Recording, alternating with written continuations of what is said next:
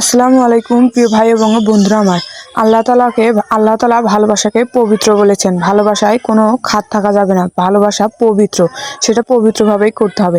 কিন্তু এই লায়লা মজনু কি শুরু করেছে, মামুন লায়লা যেরকম শুরু করেছে, তারা ভালোবাসাকে কলঙ্ক লাগাচ্ছে, ভালোবাসার গায়ে কলঙ্ক লাগাচ্ছে। একটা লাইভে এসে লায়লার বাসাতে এসে মামুন বলছে সে নাকি বাঁচতে চায়, এই মহিলার কাছ থেকে নাকি সে বাঁচতে চায়। এটা তার আগে ভাবা উচিত ছিল, সে হচ্ছে বয়স্ক মহিলা। কিন্তু প্রথম দিকে যখন তার গাড়ি, ড্রোন, ফোন অনেক কিছুই উপহার দেয়, তখন তাকে অনেকে ভালো লাগে।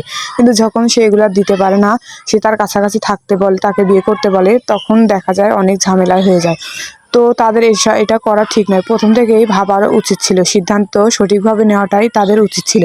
তো তারা যে শুরু করেছে প্রতিনিয়তই এটা করা তাদের মোটেও ঠিক নয়। এটা ভালোবাসা নামে কলঙ্ক, ভালোবাসার গায়ে কলঙ্ক লাগাচ্ছে। তো বন্ধুরা, ভুল ত্রুটি হলে অবশ্যই ক্ষমার দৃষ্টিতে দেখে সাথেই থাকবে।